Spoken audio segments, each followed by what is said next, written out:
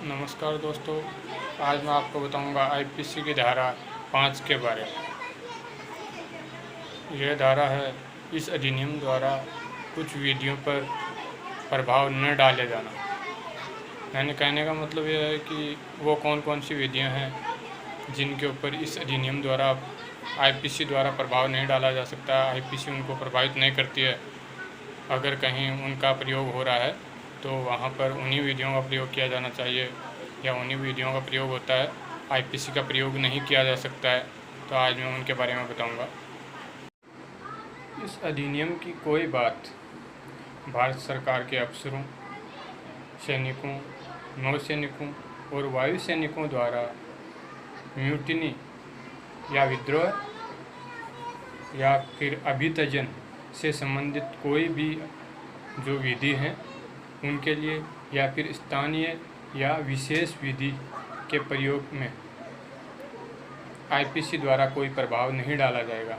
यानी कहने का मतलब यह है कि आईपीसी जो भी भारतीय सेना, नौसेना और वायुसेना के अधिकारी और उनके सैनिकों द्वारा किसी प्रकार का अगर विद्रोह किया जाता है या अभितजन किया जाता है अपनी सेवा के दौरान ज़रूरत के समय, तो उनसे संबंधित कोई भी विधि है उनको प्रभावित करने वाला, या फिर कोई स्थानीय या विशेष विधि है उससे संबंधित कोई भी अगर कार्यवाही है तो उस पर आईपीसी द्वारा कोई प्रभाव नहीं डाला जाएगा। आईपीसी की धारा 5 में 4 प्रकार की ऐसी विधियां बताई गई हैं जिन पर कि आईपीसी का प्रभाव नहीं होता है। उनमें से पहला है मार्शल लॉ। जहां कहीं भी मार्शल लॉ लागू होता है वहां पर आईपीसी का प्रयोग नहीं किया जा सकता, आईपीसी के अधीन कुछ भी कार्य नहीं होता है। दूसरा है राज्यकृत या एक्ट ऑफ स्टेट। तो एक्ट ऑफ स्टेट, पहली बात तो मैं ये बता देता हूँ कि एक्ट ऑफ स्टेट किसी दूसरे विदेशी बंदे के लिए ही किया जा सकता है।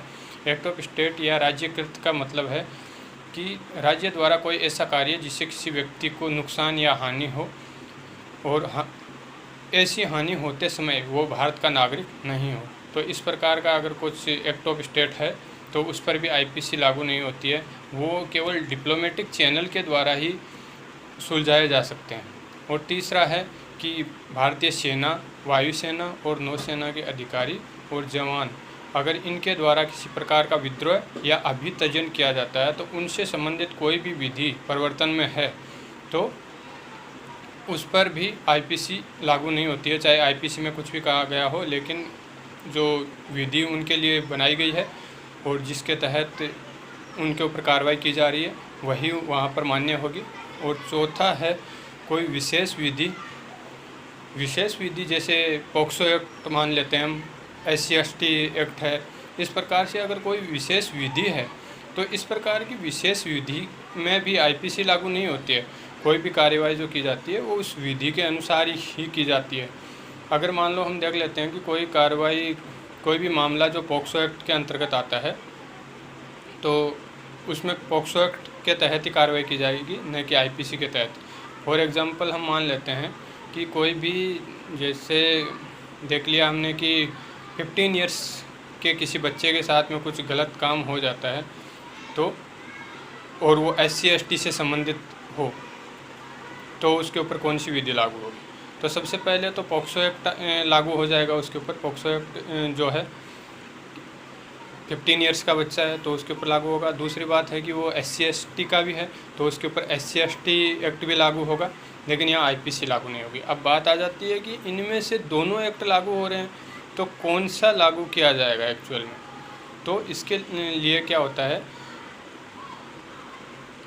इसके लिए सुप्रीम कोर्ट ने अपने फैसले में बताया था कि जो नया वाला एक्ट है, जो बाद में एक्ट लागू किया गया है, उसमें जो प्रावधान होते हैं उसके अनुसार कार्रवाई की जाती है। तो यहाँ SC/ST एक्ट और पॉक्सो एक्ट में से बाद में पॉक्सो एक्ट आया था, इसलिए कोई भी कार्रवाई है पॉक्सो एक्ट के तहत इस मामले में की जाएगी। तो इस प्रकार यहाँ पे जो भी घटनाक्रम हुआ है इसमें विशेष विधि, इसको विशेष विधि बोलते हैं, जो पॉक्सो एक्ट है या SC/ST एक्ट है, इसके तहत कार्रवाई की जाएगी, न कि आईपीसी के तहत। तो इस प्रकार हमने धारा 5 में 4 पॉइंट पढ़े हैं जिनके ऊपर ये आईपीसी लागू नहीं होती है, बाकी सब के ऊपर आईपीसी लागू होती है। अगर किसी को किसी प्रकार का कोई क्वेश्चन है तो आप कमेंट में लिख के पूछ सकते हैं। Thank you.